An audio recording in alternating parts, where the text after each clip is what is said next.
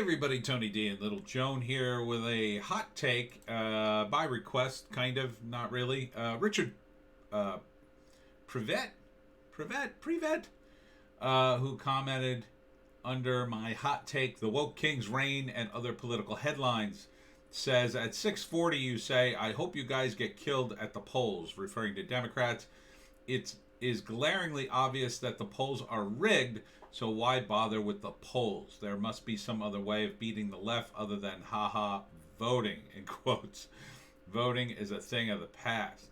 Well, I have to be careful what I say about that subject on YouTube, and I'll just for no reason put up this article I saw on the Gateway Pundit. But let's say you had two groups of cartoon characters. The Smurfs, who are blue, and the red ones, we'll say, are the Cliffords, the big red dogs.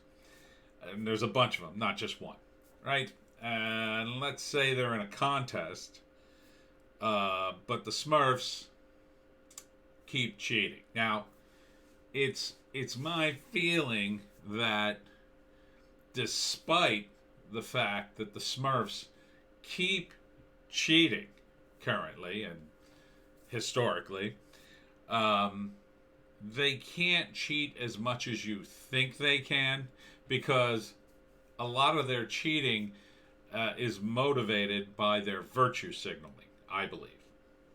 So, if you can imagine a Smurf supporter running some of this contest, and they might be responsible for counting up the points, and they keep throwing away the Clifford points and keep overcounting the Smurf points. I think those people don't need to be bribed. They're ideologically driven at certain points in history. So, in the days of JFK Smurf, they were driven by his celebrity, I think in part because he was a member of a group that wasn't in power before in the United States, really, because Catholics were at that time, and I'm talking about the past of Smurfdom. They weren't really in power, right? And part of the reason they couldn't win these contests is because people thought they were beholden to the Pope, and they just couldn't win. Excuse me. So that sort of drove the Smurf cheating, if you know what I mean. And people did it sometimes for Smurf bucks, but a lot of times they just did it for free. Because I think when people are ideologically driven, they do things that they wouldn't normally do. And I think that was the case in the most recent Smurf versus Clifford's contest. They recruited people who were more than willing to risk jail time, really, to help the Smurfs cheat. Because for them, it wasn't about, it was about saving the country for them, from their point of view. They genuinely believe the big red dogs are bad. They're bad and have to be stopped. They've been radicalized against the big red dogs, the Cliffords, by the Smurf media. They are stuck in the Smurf media echo chambers. I know people who are stuck there. They do not come out of that box. For them, it feels like a big box. it feels like they're getting a lot of different information points. But they don't understand, or they refuse to accept, that it's actually kind of mostly coming from the same place.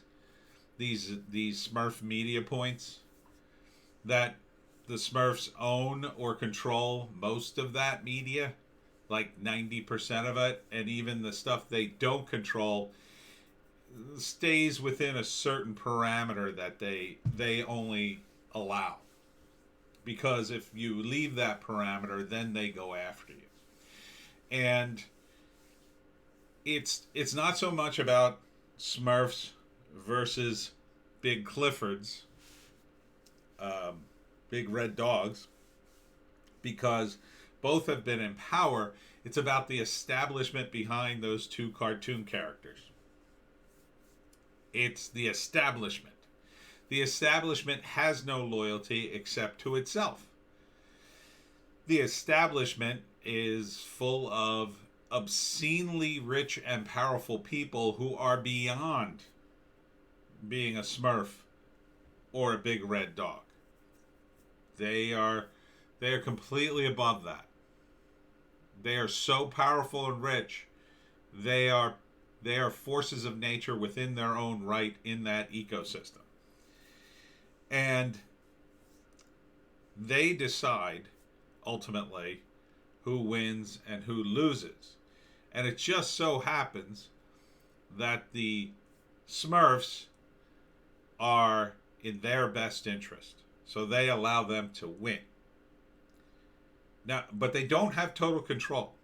Because, the little people, the plebs, the viewers of these two cartoon characters, they do have influence, and they are more powerful than the establishment. But the establishment has to work at convincing them that they're not.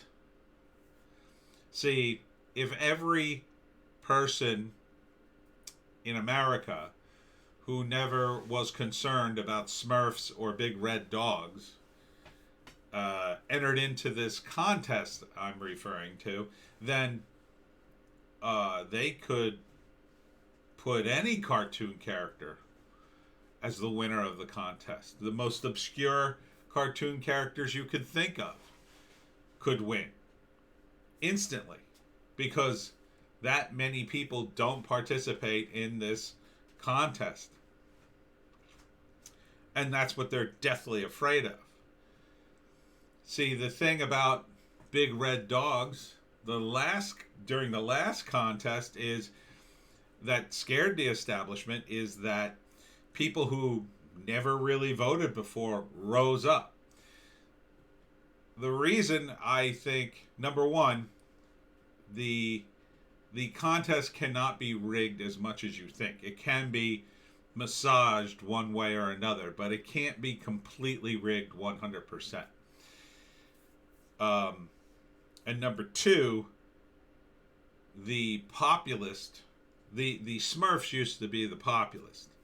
Now, the Big Red Dogs have become the populist and are continuing to become the populist. And part of the strategy of the Smurfs is to make sure people or cartoon characters from other countries get here and participate in the contest. But they automatically assume that they're supporting the Smurfs in this contest. And in the past, they did. But in the past, the Smurfs were populist, or at least had that impression. They're not that way anymore. They're the establishment now. And they've taken that mantle. The reason those people didn't vote for the Big Red Dogs is because the Big Red Dogs were the establishment at that time. Now it's switched. So the Smurfs are ruining their own contest by doing that. They think all the people coming here will all the foreign cartoon characters will participate in the contest for them. They won't. They will start to gravitate towards the populist, because the populists always have more supporters, because they're popular, because they're for working people. And just because you're an immigrant or a foreign cartoon character doesn't mean you can't figure that out. In fact, foreign cartoon characters figure that out probably before they come here to participate in this cartoon contest I'm speaking of. So, the next time around, you're going to see more and more populists gravitate towards the big red dogs because they're the only game in town. They're currently the Smurfs are currently destroying themselves. They're eating each other. Look at the disaster that's AOC today. AOC is so far out on her skis, as it seems. She is greatly hurting the Smurf cause. She might even have to go, because she's not populist at all. Even though she plays at being a socialist, which pretends to sort of kind of be for the people and populist, but she's not really. She supported Smurfs that were very establishment, and that's exposed her. So the people who support the Smurfs are, now they're not very smart, they're low information voters, but they don't stay low information voters in this contest. Eventually they start to figure stuff out. Now, I did. I was one of those low information voters. I wanted to vote for the Smurfs because they were for the little guys, and they appeared to be little guys and populist. But then I realized they were lying to me. And they, by that time, in the 90s, had become the establishment. They had become everything that they supposedly hated and rallied against. If you look at the current Smurf, Big Papa Smurf, he's very old and he's falling apart, and he embodies everything wrong with the establishment. But he is most clearly a Smurf. There's no getting around that. So you cannot blame the big red dogs for him. So I think you're going to see a huge takeover. And it will be massive. It will be so massive that they won't be able to cheat it. You can't cheat when you lose by tens of points. When you lose by double digits, you cannot cheat. People won't stand for it. The margin of error between the last cartoon contest between the Smurfs and the big dogs was closer than you think. It was close. It had to be close. It didn't go the way it should have. We didn't get our day in cartoon court. But this has only hurt the Smurfs more. They are taking damage, and now they are destroying one another. And this will continue. And their base, which is already split, will continue to complain, and they have no one left to blame anymore. Even the handful of Clifford's big red dogs who wander around, there's not enough of them anymore. They're not in control. They have no excuse. I think they are going to be very damaged by 2022. And the Clifford states, or the states that lean toward Clifford, will go very red. And the states that are smurfed, well, I mean, a lot of them, people are abandoning them. They're abandoning big smurf populations and smurf areas of the country. What will they do when they deplete their voter base to such a degree? There'll be nothing left of those places. They just won't have the power anymore. And they will fall to pieces. And the people with money will be forced to turn it around because there won't be any money in those places. That establishment cannot destroy its customer base. There's a lot they can do, but destroying its customer base, without the customer base, there's nothing. There's nothing. No more money. No more big houses and power. If the money doesn't keep flowing in, there's nothing. These people need money. They need it. And they can't destroy the goose that laid the golden egg, so they will be forced to turn it around. And when that happens, I think, then you're going to see a turnaround.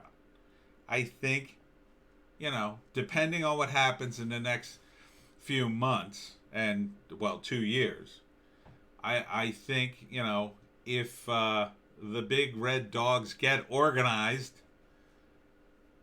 you're going to see a big change, at the very bottom levels. That's where we need people.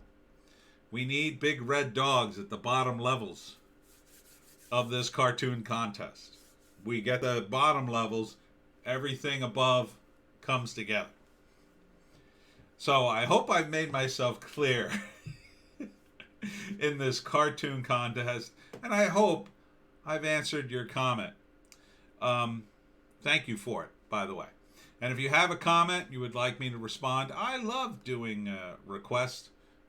As long as you're not rude, I usually don't have a problem with it. So feel free to comment and ask a question or whatever, and I will do my best to answer. Thank you.